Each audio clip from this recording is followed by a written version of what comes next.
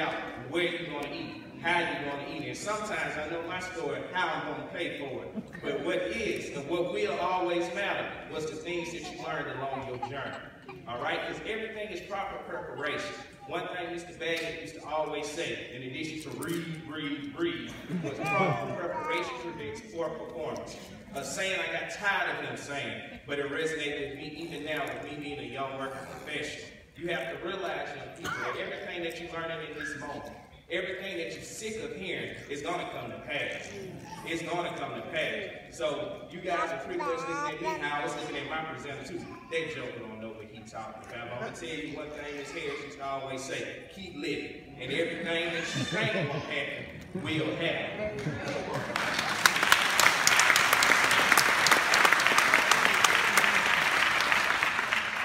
Also, in addition to staying in trouble, you have to learn how to sacrifice. Sometimes you have to give up a night out with your friends. Sometimes you have to give up a little bit of sleep to make it to the point that you want to be. Because often dreams are never accomplished by people who sit down on their butt and hope, wish, and pray for God to make a miraculous move when you're not even moving yourself. Don't expect somebody to bless you, young people, when you can't even do the minimum that you're supposed to do. Also, in addition to that, young people and parents, don't expect certain results when you do not do the work to get those results. Like I said, nobody has ever hit a home run in the dugout. Never. Which simply means nobody can ever do something that has never been done without work. That is impossible. And whoever, and sometimes these people that we like, because I like watching hip-hop, I call it my ratchet Mondays. It's a digression dealing with my kids at work. And it also gives me time to sit back and laugh. Something that you have to learn how to do in these days and times. But also with those televisions, don't let them fool you. Their life is not always that great. Those parties and nice cars are possibly rented. That cash that they like throwing up in the air is not theirs. And also, in addition to that, don't get consumed by what they say you can have. Yes, you don't necessarily need a college degree to be successful. However, you have to have certain work skills, certain interpersonal skills such as ambition, dedication, effective communication skills to actually help you get and also obtain a job. Because it's easy to get something, but it's even harder to keep it. In addition to that, young people, you have to wake up and quit listening to your friends, because the good thing I had is solid friends who were after the same things that I was. But in addition to that, I know people who kept bad company and led them to doing certain things. And I'm not talking about necessarily selling drugs or shooting people or nothing like that. I'm talking along the lines of people who gave up. And then sometimes when your company gives up, the people around them become affected as well.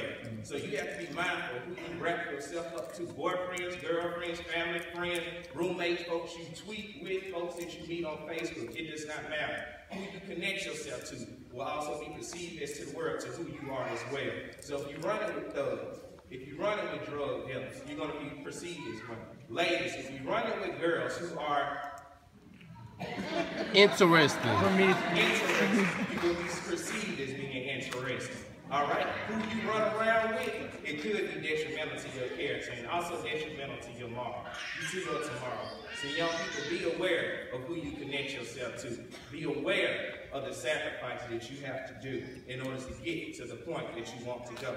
And lastly, young people, if tomorrow could talk, it would tell you to position yourself accordingly and show up. And what I mean by show up, not necessarily being physically there at a place, but what I mean about showing up is sometimes when you show up, you do the minimum, and you be obedient to whatever you are instructed to. Favor will be upon you. Favor will be upon you. I remember in 2010, Alabama State University came to Fairfield on their president's tour. There, I was already admitted. It was probably like in February or March. I was already admitted into ASU, but however, I did not have any scholarship money because my ACT score was not that high.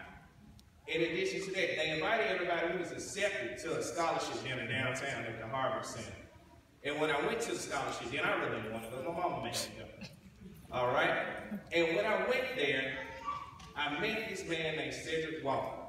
He introduced himself as he was going around to the different places, to the different stations, learning about the various colleges that they had at Alabama State. But one time, my mama decided to make me go up there and fix her another plate. And when I went up there to fix her another plate, little did I know I was standing behind Cedric Walker, who is the scholarship coordinator at Alabama State. All right? After sitting here talking to Mr. Walker, just introduce myself. My name is Blake Wilson, where I'm from, what I dream and my aspirations are, and what I want to do with myself. Then one conversation alone sparked an interest in Mr. Walker. We exchanged contact information. Monday morning, he called my mother and also left a message with Mr. Smothers in the counselor's office, saying he needed to speak with me ASAP. I believe I was pulled out of Miss Ballard's class. Miss Harris shaking her head. She remembered. I was pulled out of Miss Ballard's class. And of course, Miss Harris gonna walk her little self in the office too. Just trying to see what's going on. So she walked behind me, closed the door behind me. What she doing in here? Because clearly she knew the news. What it was, that conversation alone, even though my scores weren't high enough, and I was set into Alabama State, I was awarded $25,000 in scholarship.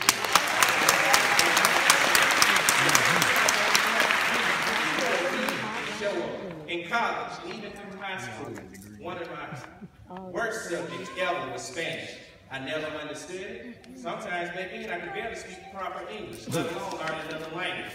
All right? In Miss Pickett's Spanish class, she made us learn about conjugating. Even through college, I took Mrs. Dr. Spencer, I believe, for Spanish. And in that class, this lady decided to give a test on Magic City Classic Week, which everybody knows who attended Alabama A&M or Alabama State University. You know that Classic Week is a week of poor attendance in class, and also it's a very bad week for you to teach anything new.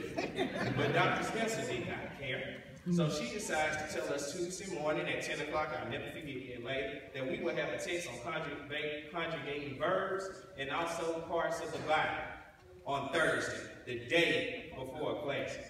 All right, because on Fridays, most of they typically upper class, we don't have class on Fridays. So on Thursday, test. Either you'll be here or you won't. I don't care. It's very short, cut and dry. She walks out. So, of course, the class went berserk. Girls, I gotta get my hair done. I gotta go to Mobile and look at my weed for my sister and all this. You can imagine with the room for 40, 50 kids hearing about that you have a test the week of Magic City Classic. But again, remember I said favor will be a plan, right? And sometimes all you have to do is what? Show up. Thursday morning, she walks in, I'm thinking, I'm going to really fail this test. Out of 30, no, maybe 40 people, 40 plus people who actually enrolled in the class, only 7 showed up. She told one of my classmates, Shanice Wade, to sign a roll and list everybody's names on there. Because everybody that showed up today and was obedient will receive an automatic A from my class. Hey,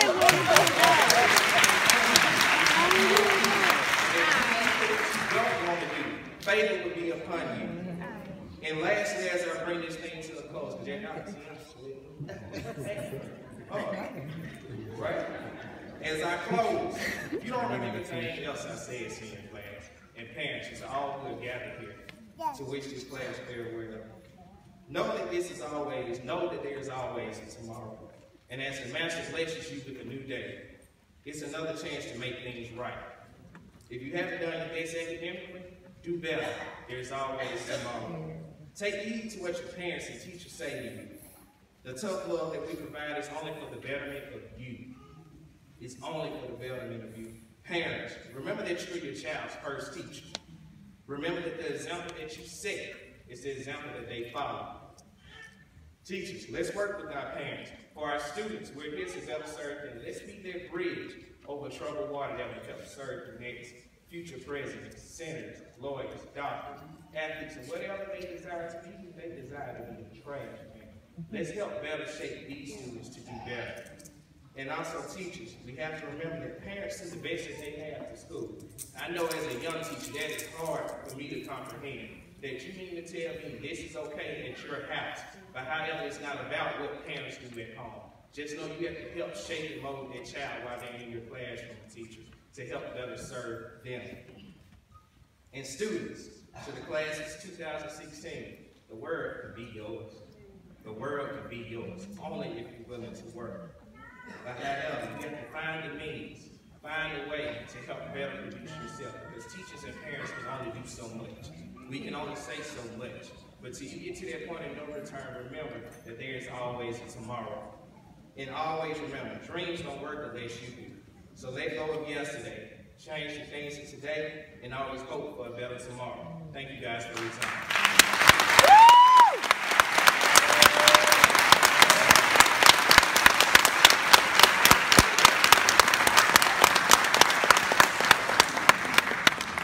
Oh, you all can do better than that. Give Mr. Wilson a hand.